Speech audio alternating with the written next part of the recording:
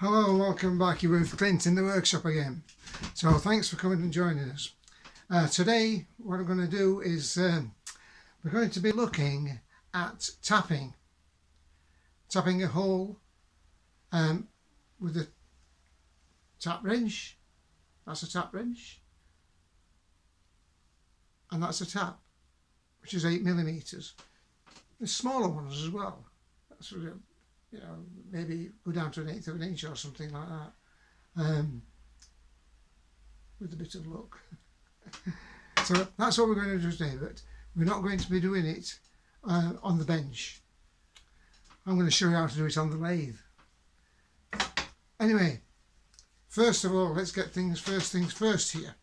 Today, if you're not forgotten, I think you'll remember, it's the 4th of July. Yes, 4th of July. People in the UK, it's a good day because you can go out into the towns and go into the bars and things and pubs and go on holiday even. So the first time for 4 months. But let's not forget our American friends over the other side of the pond.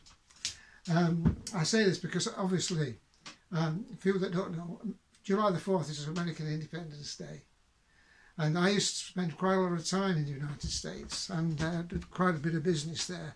So I know a lot of people there that over the years, and customers will become friends. So I also want to say, thank you for my United States viewers who are increasing. As a matter of fact, I was looking at the analytics on my YouTube chat. I can't say it, YouTube channel, and it shows me that it's been as high as much as 17% of my UK viewers viewing time.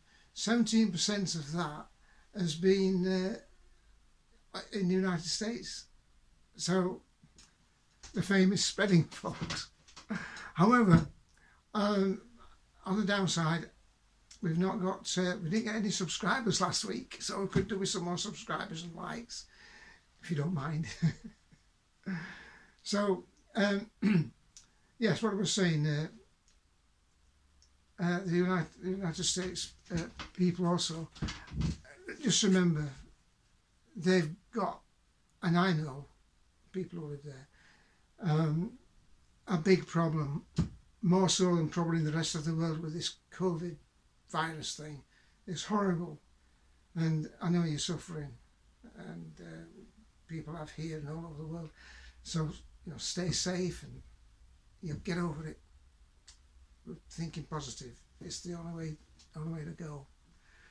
Okay, so let's have a look at this. What we're going to do today. We're going to be looking at tapping a hole in the lathe. But not with this tap wrench. So the tapping question, that's that one. I want to put an 8mm thread in a hole on the lathe. So I'm going to readjust the camera now. so bear with me. Okay, so I've set up a small piece of material in the 3-jaw chuck, and it's got a little pip on that surface there. First of all, I'm going to surface that just to make it a nice surface to drill a hole in. So here we go. Speed's a bit slow, so I can speed this up.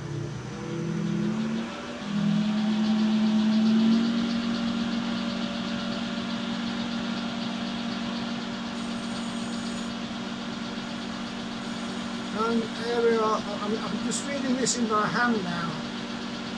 Coming to that little pit thing there. Let's see, it should come straight off there because the tool is exactly at centre height.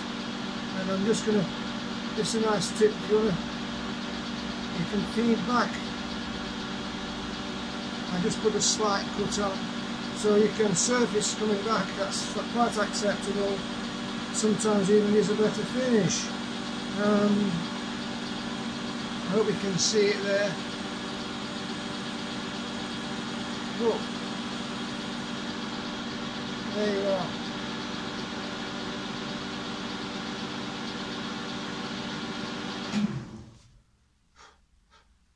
Well, that's a real smooth finish on that surface there. Don't know if you can see that, but it is.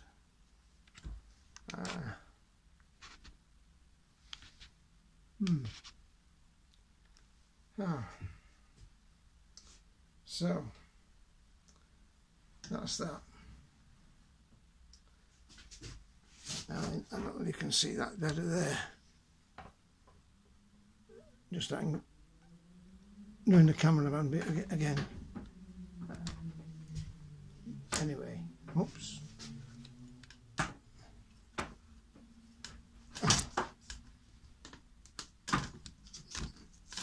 Sorry about this, folks.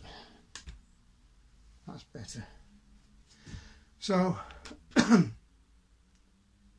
can see what we're going to do now from that angle.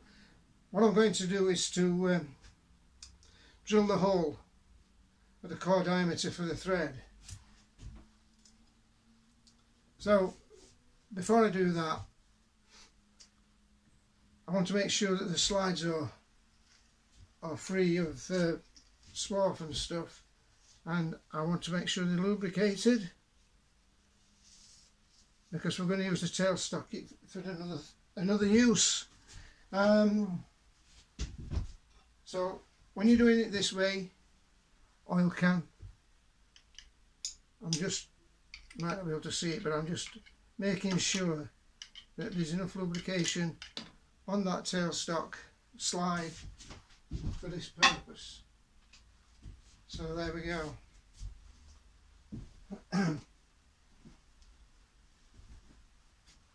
Now you might see this tailstock coming into play here when I slide it down, like so. Yeah. Okay. So I know there's no sound to it. It's no grating sound. So you know that it's clean. It's lubricated. I can push it in and continue running on its own for a fraction. So that's what we're looking for. So I've got the drilling ready. What I'm proposing to do is to drill the hole. Okay. Now I might get 1 or 2 comments here, but this is how I'm going to attempt this. First, make sure that it's not locked on the quill, so it turns freely. Go to then stop, just prior to ejecting, and then that's that. You can check that the drill is tight in the drill, and when you do that, lock the tailstock so it doesn't wobble when you're doing it. That's that. Approach the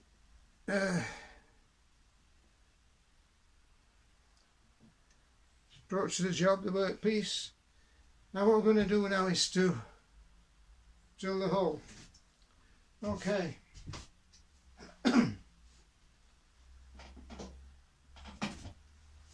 Well. Looks like the gremlins are at it again.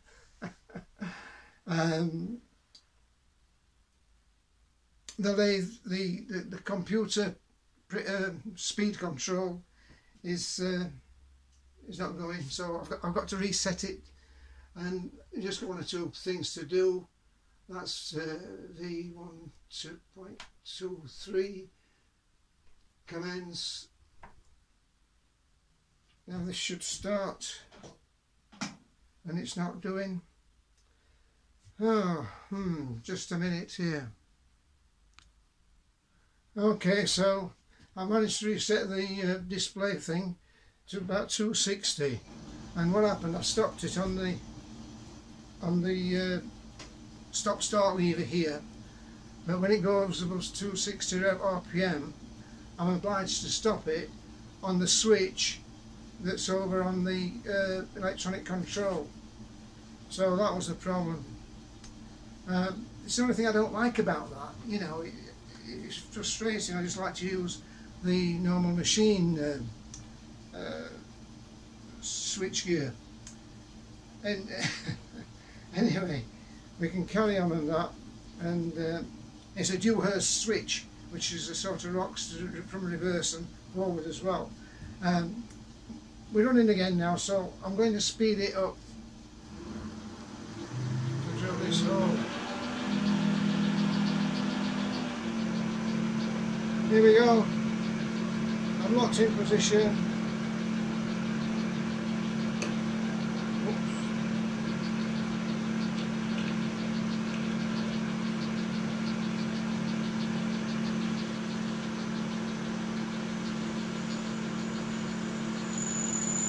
Nice and steady.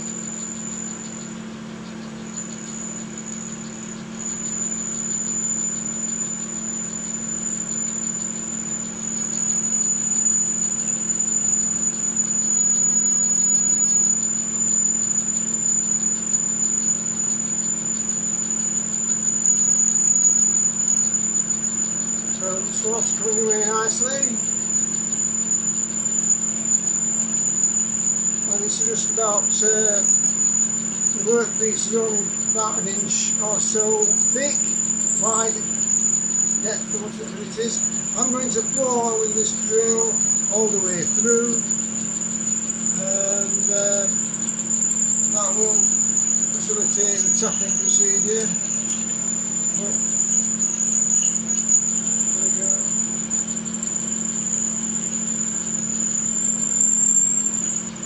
I just create a bit of swath away. I'm just feeding my hand here.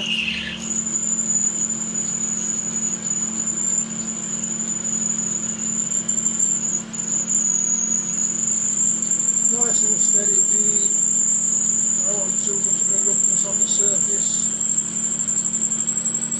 I don't need to draw back the drill in this instance because it's clearing nicely. It's going through now. And it's come through. That's all that. Right, so that's that. Now remember, when you're doing things like this, I'm just going to draw this back a bit now.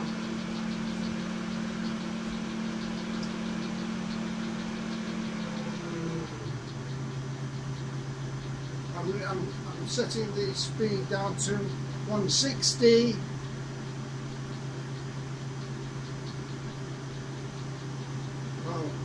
Trying to you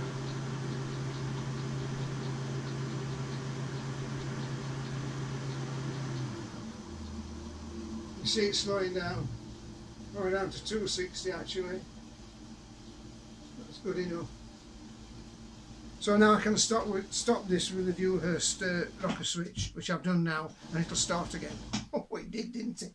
Ah, you see, gremlins must have gone away. So that's that. So what we're going to do now is to we're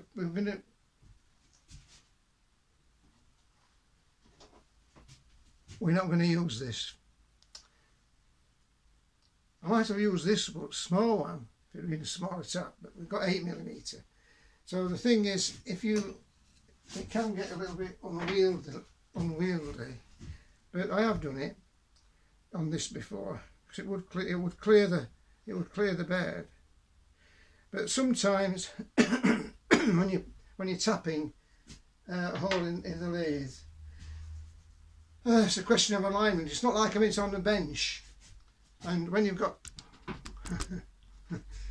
when you've got something in the on the bench, you get your tap in it, and you can do it like that, and you can line it up a lot easier. Anyway, first we're going to take this drill chuck out here, clear the swath away from here. Come on, there.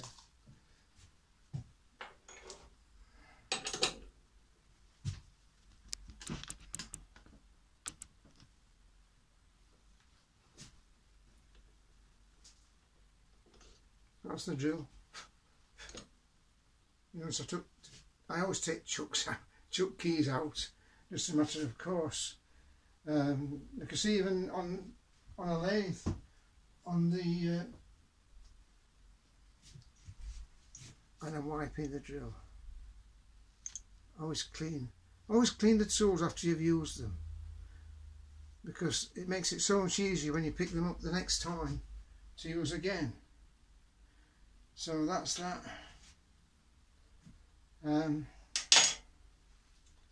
Don't need this, we're not going to use this. So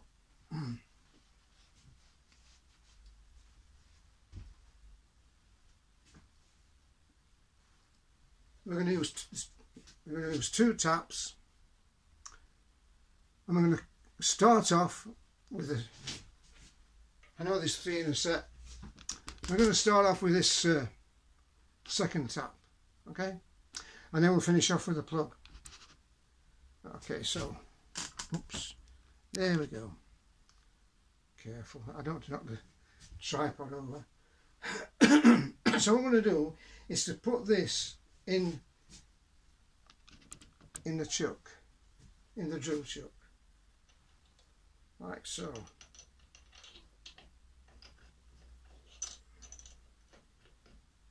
Okay, I've locked the tailstock so it doesn't move, and tighten it up.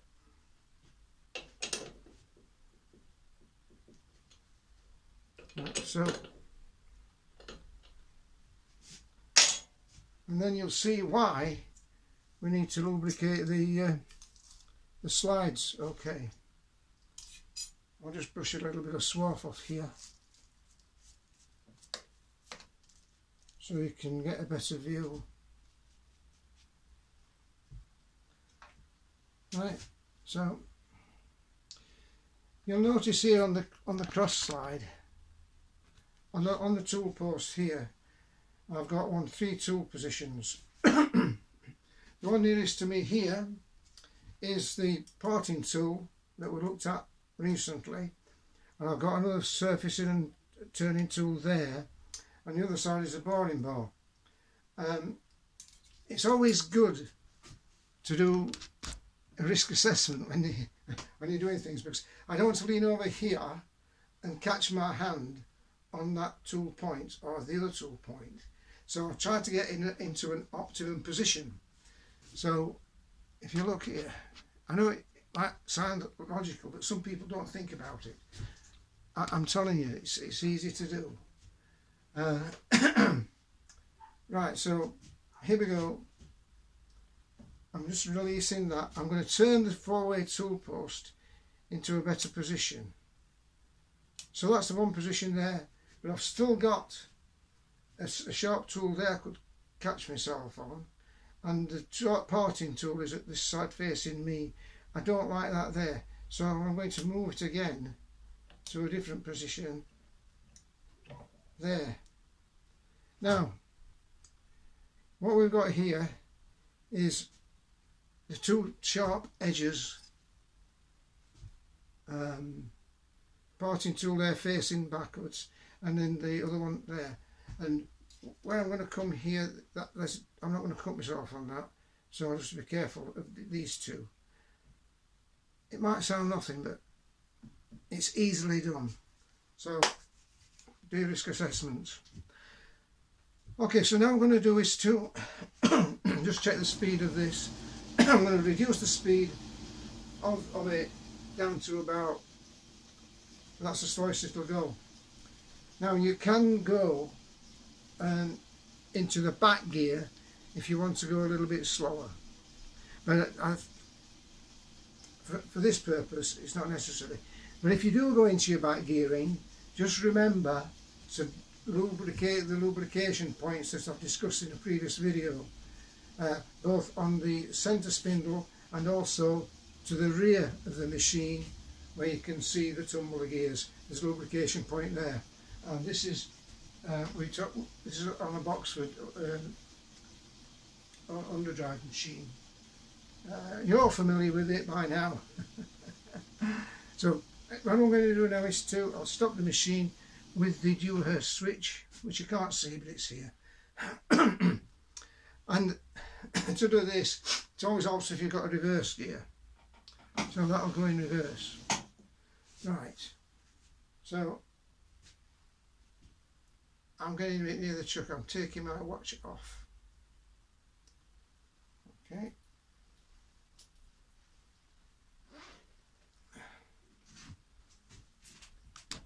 I know you're telling me I should have done it earlier, but I didn't, did I? But I just noticed it, so I've took it off.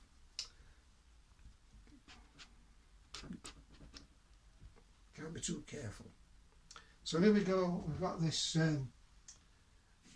set up ready for the tapping procedure. Now we're going to tap it. In actual fact, I'm going to set it up so it taps itself. Okay, so I'm bringing the tap down. I'll move this. That's one of the reasons why we changed the tooling round, because it's not going to interfere with the chuck, because it'll turn around and not catch the tooling. So that's another reason you need to do that. Okay, right. As you were approaching here, bring the tailstock down, okay, to there, nice and steady, to that position there, where it's just beginning to cut. As I said, this is a second tap. And then what you need to do is to put a chalk mark at the back of the tailstock on the slide, which I'll just have to, you can just wipe it and observe an oil mark, but if you use a bit of French chalk like this at the back of the tailstock there, and then it helps to serve as a guide for doing what you've got to do. I don't know whether you can see it here. I'm going to bring it over there. Difficult, this, isn't it? Anyway, it's there. Oh, that's not very successful, that.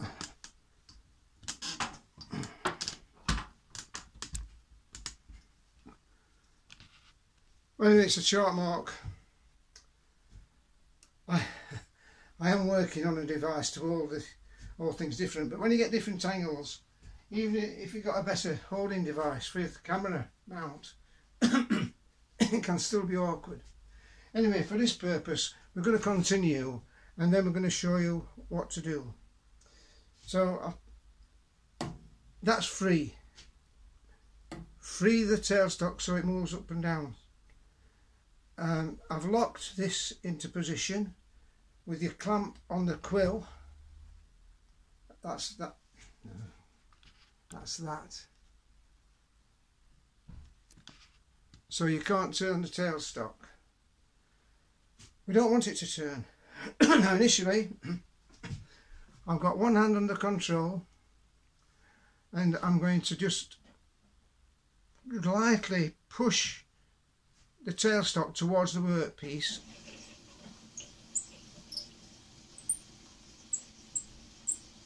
Oh, good grief.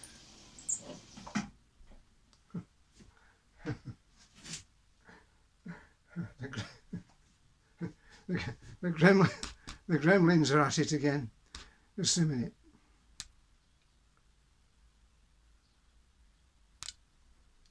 Okay, so we're back where we started from, and I put another piece in because I selected, I put the wrong drill in. So here we are. We're not going through all that lot again.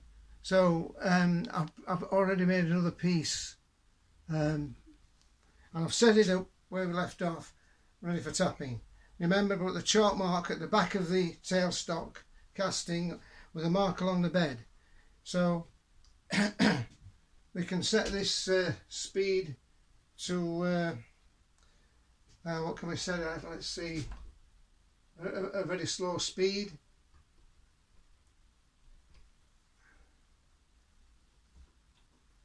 $150. Now, to start it off, put some, oh dear, light's not good now, is it?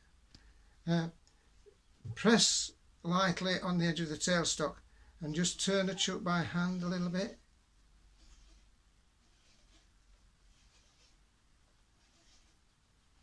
And then you'll see from the chalk mark that it's moved a little bit. I'm going to show you this chalk